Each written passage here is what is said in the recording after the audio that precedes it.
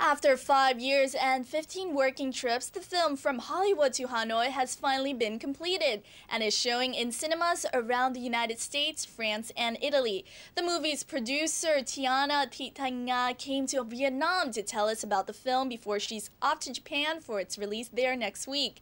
On the mic this week, we will speak to Tiana about the film and its production.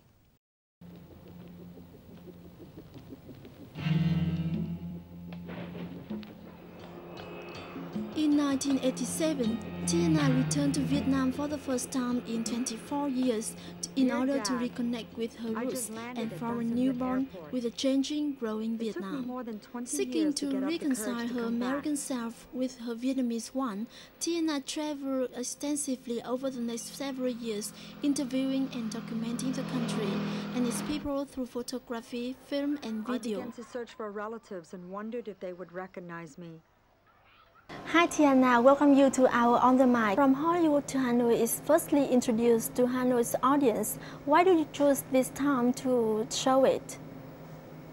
Well, Jerry Herman of Hanoi Cinematheque invited me to come and show the film at this time because we think it's so interesting now to show a film that was filmed in 1988, 89, and 90 because Hanoi was very different. Only bicycles, and now it's changed so much, so it's good to see it then and now. So we have a historical perspective.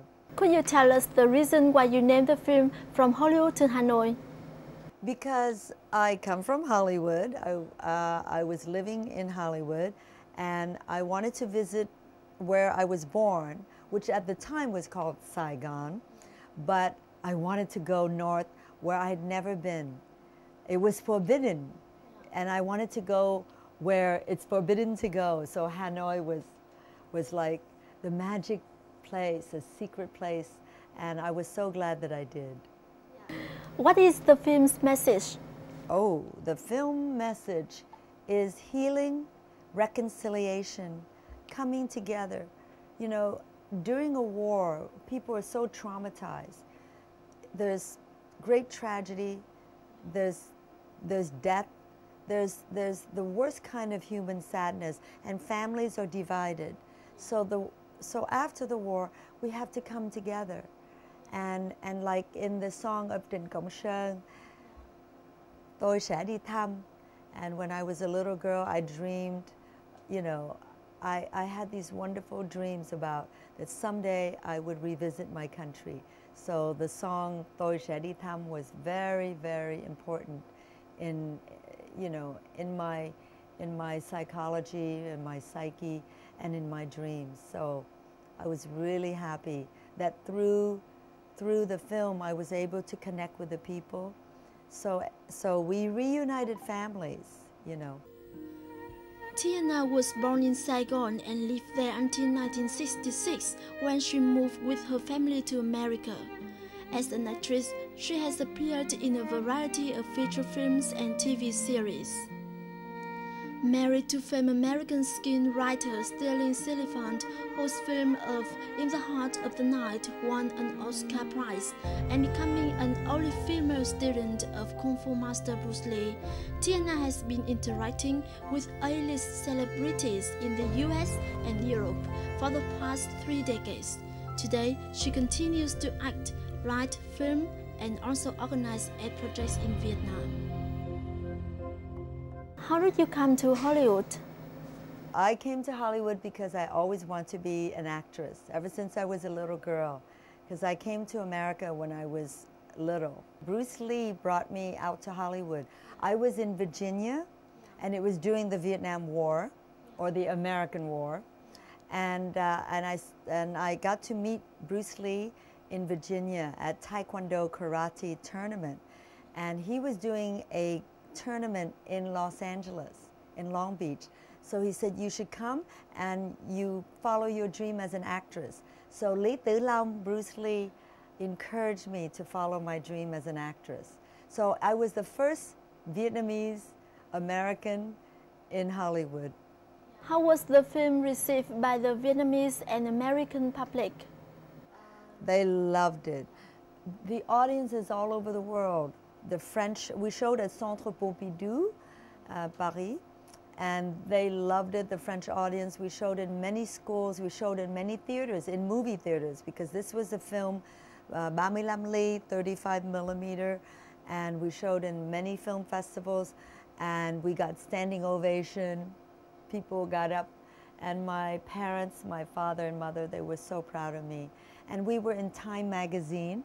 They wrote about me in Time magazine, one page, and New York Times, Washington Post. So the reaction was wonderful.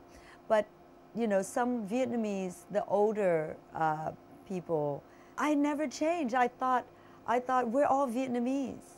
We're one family. So it was great. Do you have any moving memories from the time you spent in Vietnam making the film? I have wonderful memories. Cái tình cảm của người Việt Nam. It was just the compassion, the love.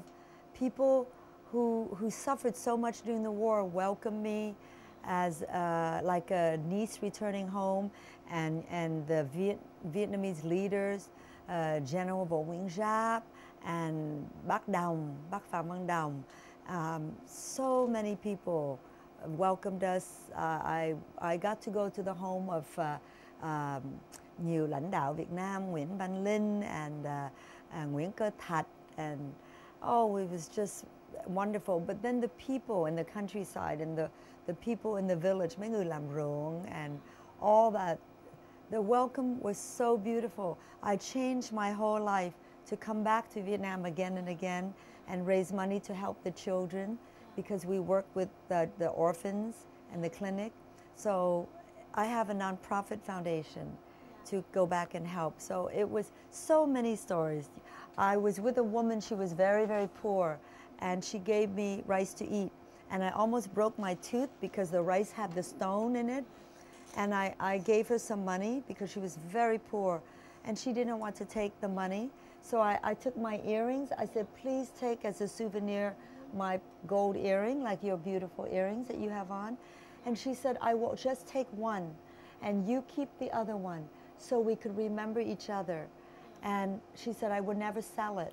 And I was very touched. It was very moving. Thank you for joining us today. Thank you so much.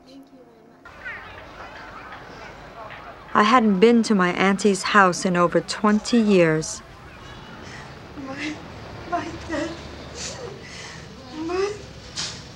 Tháng rồi. Bà không sao. Dạ.